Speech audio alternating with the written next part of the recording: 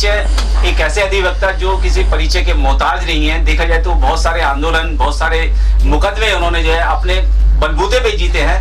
हमारे पीछे एडवोकेट सत्य प्रकाश जी, और मैं इस समय कड़कड़नुमा कोर्ट के अंदर बैठा हूं, उनके चैम्बर के अंदर। हमारे चैनल पे सर आपका हार्दिक स्वागत है। Thank you Rajkumar ji. देखा जाए तो सत्य प्रकाश जी, इस देश के अंदर बहुत सारी घटनाएं घट रही हैं, और देखा जाए तो उत्तर प्रदेश जो है क्राइम प्रदेश बन चुका है। हाथरस की घटना हो, बलरामपुर की घटना हो, गोरखपुर की घटना हो, मेरठ की घटना हो, यानी कि घटनाएं गिनवाते गिनवाते मेरे को इतना सारा समय हो जाएगा, वो घटनाएं खत्म नहीं होंगी। तो मैं चर्चा करना चाहूंगा कि हाथरस की बेटी के साथ में जो गैंग रेप हुआ, उसके साथ में अमान्य व्यवहार हुआ, यानी कि पुलिस भी इसमें अमान्य व्यवहार में शामिल रही। तो आप खुद एक अधिवक्ता हैं, आपने बहुत सारे लोगों का दुख देखा है इस मामले में। इस दुख को किस तरीके से देखिए? देखिए, ये मैं आपको एक बात बताना चाहता हूँ राजकुमार जी, मैं आज भी रात को बैठ के अकेला रोता हूँ। जब मुझे लगता है कि हमारे समाज की महिलाओं के ऊपर अत्याचार हुआ है तो नींद नहीं आती रातों को। और ये जो घटनाएं कि आपने बात की निरंतर कंटिन्यू जो ये घटनाएं हो रही हैं, ये नई नहीं है। मैं जब से इस प्रोफेशन में मैंने पैर रखा है, या जब से, देखिए दो चीजें हैं जी। एक चीज तो ये है कि अपने घर में बैठ के थोड़ी देर व्हाट्सएप चला के और फेसबुक चला के हम भी कंबल ओढ़ के सो सकते हैं और सोच सकते हैं कि हमने समाज की रिस्पॉन्सिबिलिटी पूरी कर ली। दूसरी चीज ये है कि क्या समाज हमसे कुछ पे बैक टू सोसाइटी मांगता है?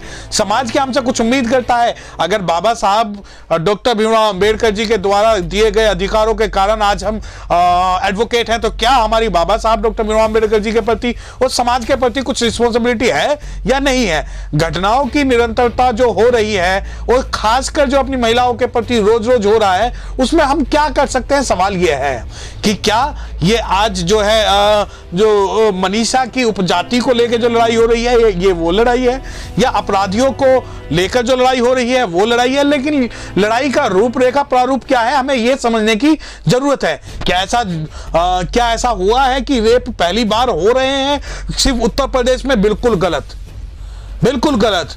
ये लड़ाई जब से हम संघर्षों में आए हैं, जब से हमने संघर्षों की बात की है, अधिकारों की बात की है, अरे हमारी महिलाओं ने तो अपनी छातियां काट काट के फेंक दी थी क्योंकि उन्हें ब्लाउज पहनना था।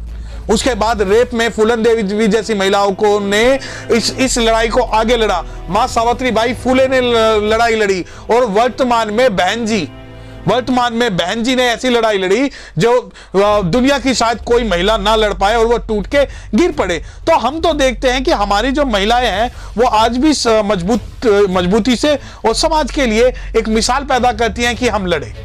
अच्छा सत्य प्रकाश जी, एक चीज मैं जानना चाहूंगा, देश के अंदर दो ही लॉबी हैं, एक आईएएस की, एक पीसीएस की लॉबी जी। देखा जाए तो पूरे देश को संचालित करती है ये लॉबी जी। अगर ये लॉबी ही भ्रष्ट हो जाएगी, क्या पीड़ित को न्याय मिल पाएगा देश के अंदर? देखिए, दो प्रकार की लॉबी काम कर रही है, एक सवर्ण लॉबी और एक गैर सवर्ण लॉबी।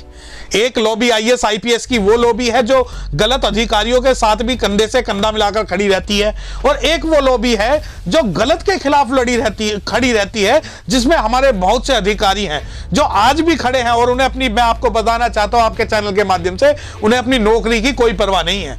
वो गलत को गलत कहते हैं, शासन प्रशासन में, न्याय में, संविधान में विश्वास रखते हुए अपनी नौकरी पूरी करते हुए वो लड़ाई लड़ते हैं। और मैं आपको ऐसे सैकड़ों लोगों का उदाहरण दे सकता हूं आपके चैनल के माध्यम से जो खड़े हैं। अब बात आई कि उनकी लॉबी, देखिए इस पूरे घटनाक्रम में, हाथरस वाले घटनाक्रम में, एक पूरी लॉबी डीएम की भाषा जो है वो आईपीएस बोलते हैं, एसएसपी बोलते हैं, एसपी बोलते हैं, एसएसपी की भाषा निचले अधिकारी बोलते हैं, और पूरा प्रशासन एक भाषा बोलता है। और अब अंत में जाके एक ऑफिसर, एक पब्लिक सर्वेंट कहता है कि वहां रेप नहीं हुआ। वो अब ये देखिए कि कानून की एक संरचना होती है कि पहले एफआईआर दर्ज होगी, इन्वेस्टिगेशन होगी, मामला कोर्ट में आएगा, कोर्ट डिसाइड करेगा कि रेप हुआ या नहीं हुआ, मेडिकल एग्जामिनेशन के आधार पर, सर्कमस्टेंशियल एविडेंसेस के आधार पर, प्राइमरी एविडेंसेस के आधार पर, सेकेंडरी एविडेंसेस के आधार पर, उसके बाद में कंक्लूजन निकलता है कि रेप हुआ या नहीं हुआ। लेकिन राज्य सरकार के अंदर आज भी ऐसे अधिकारी हैं जो खुलेआम कहते हैं कि उस लड़की का रेप नहीं हुआ, और उन जैसे अधिकारियों की वजह से पूरी की पूरी जो आईएएस आईपीएस लॉबी वो भ्रष्ट मानी जाती है।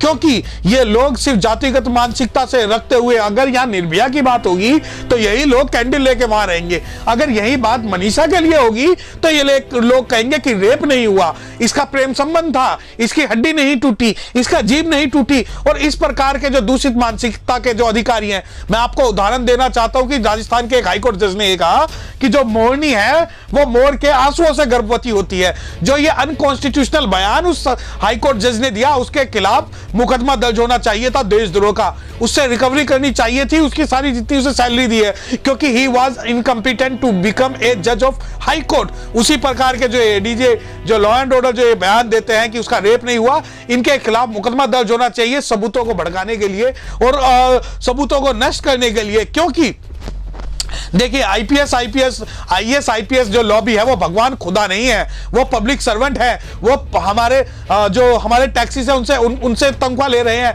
और संविधान का काम कर रहे हैं। और ये उनकी बपोती नहीं कि वो जो कहेंगे वो सही होगा और जो गलत कहेंगे वो गलत होगा।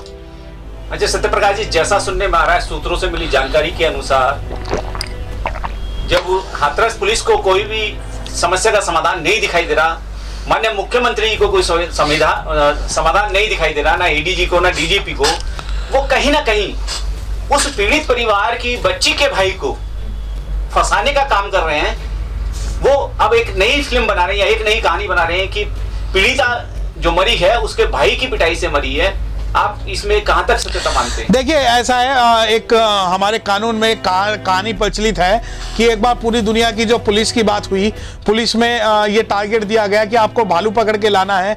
यूएसए की पुलिस जो है 24 घंटे के अंदर भालू पकड़ लाई, ब्रिटेन की पुलिस 3 घंटे के अंदर भालू पकड़ लाई, लेकिन इंडिया की पुलिस 5 मिनट के अंदर एक बंदर को बांध के लिया और उसने बोल दिया कि ये भालू, और उसने कोर्ट में प्रूव भी कर दिया ये भालू है।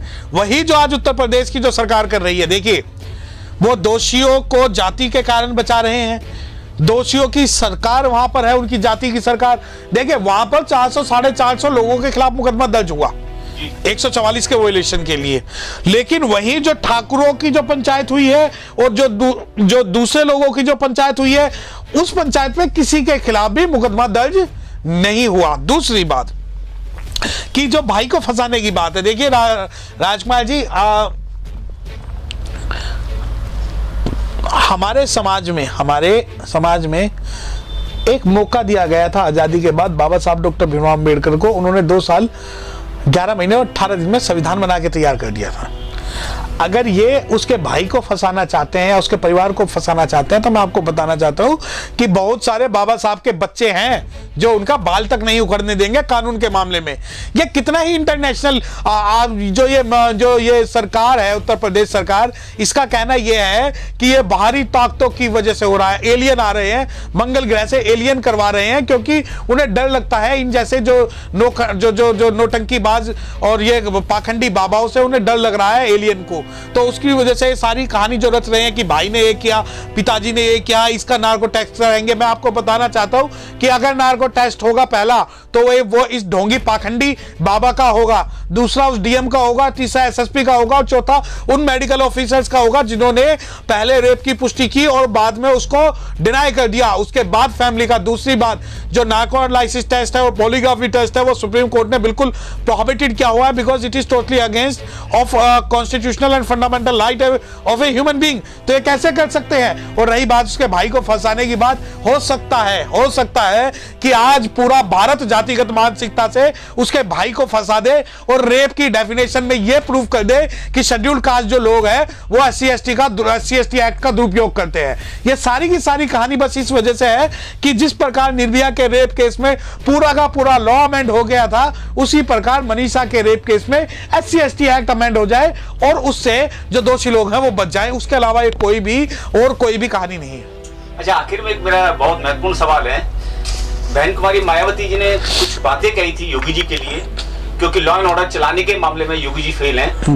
यहाँ बहन जी ने कहा कि जो सन्यासी और योगी लोग होते हैं वो घंटा बजाएं तो ज्यादा अच्छा रहता है जी, या मंदिर की साफ सफाई करें तो अच्छा रहता है, लेकिन जो इतने बड़े सूबे को, उत्तर प्रदेश जैसे सूबे को नहीं संभाल पाए, वो अपने मठ में चले जाएं या अयोध्या चले जाएं राम मंदिर बनाने के लिए। ये कहां तक सही है? देखिए, मैं माननीय बहन जी की बात से पूर्णतः सहमत हूं कि ये जो ढोंगी पाखंडी जो बाबा हैं, जो हर बात पे पत्रकारों पे FIR करा रहे हैं, सोशल सर्वेंट पे FIR करा रहे हैं, सोशल एक्टिविस्ट पे FIR करा रहे हैं, और इन लोगों को जिन्हें ये नहीं पता कि इन्वेस्टिगेशन कैसे कंडक्ट होती है, जिन लोगों को ये नहीं पता कि शासन कैसे चलता है, प्रशासन कैसे चलता है, जो इन्वेस्टिगेशन की खाना पूर्ति के नाम पे पूरी की पूरी जो इन्वेस्टिगेशन है सीबीआई को ट्रांसफर करा देते हैं, जो उनको प्रोटेक्शन के नाम पे वहां सैकड़ों हजारों की पुलिस तो लगा देते हैं, लेकिन पुलिस को एक विशेष वर्ग को टारगेट करने के लिए लगा देते हैं कि किस प्रकार आपको माननीय जयंत चौधरी पर लट हो जाना है। इनका डायरेक्शन होता है कि किस प्रकार SC ST OBC के लीडर्स को खत्म करना है। दूसरी बात, शासन प्रशासन में एक ऐसा आप एग्जांपल दे दीजिए उत्तर प्रदेश के अंदर जिसको भारत ने सराहा हो। उसने कुछ नहीं सराहा, सारी MNCs वहां से चली गई हैं, लॉ एंड ऑर्डर बिल्कुल खत्म हो गया है।